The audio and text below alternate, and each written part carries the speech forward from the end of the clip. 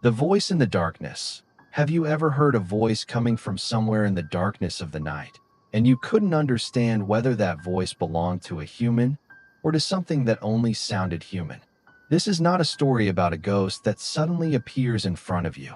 This is the story of an old abandoned well from where, during the night, only one thing could be heard: water.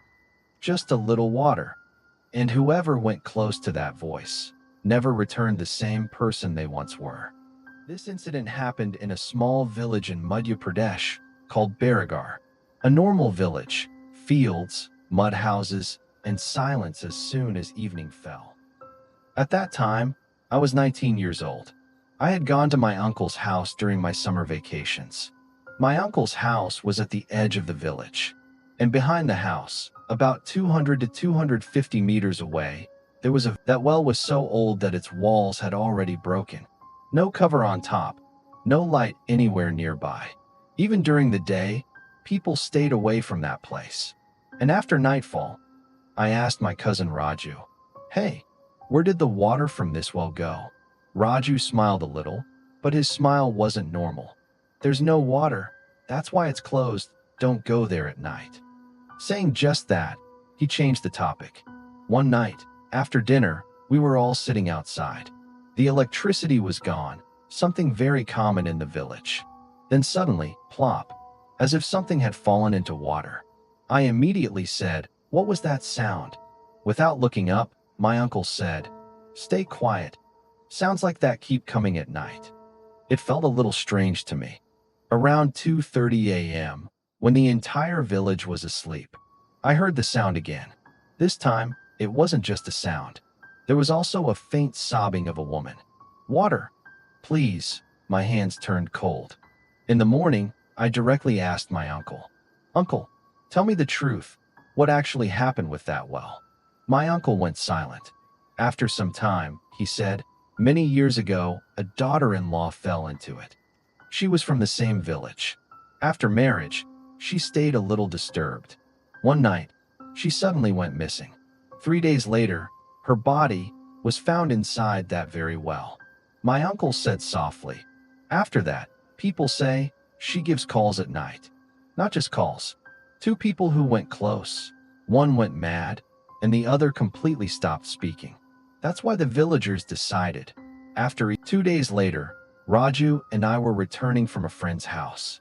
The time was around 10:45 p.m. The shortcut passed right next to the well.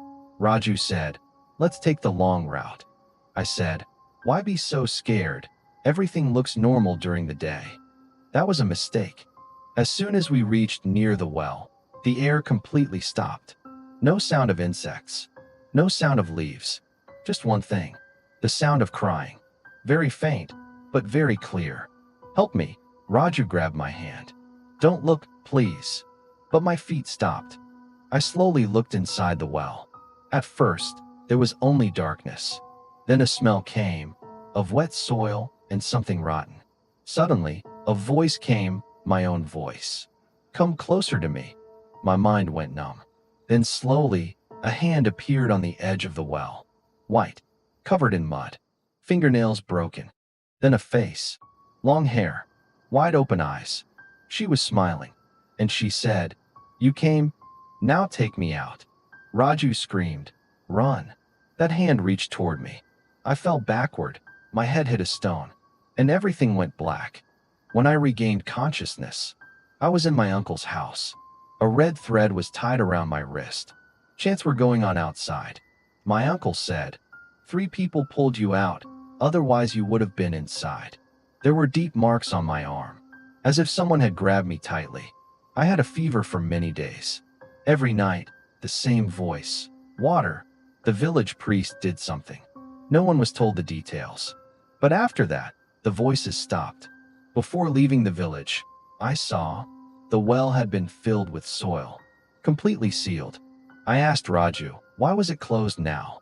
Raju lowered his eyes and said, "After that night, drops were falling from inside." I said, "Water?" Raju said only this, "Not water, blood." Even today, whenever I hear water dripping at night, I remember that well. Because some places are not just empty, they are waiting. And answering some voices becomes a regret that lasts a lifetime.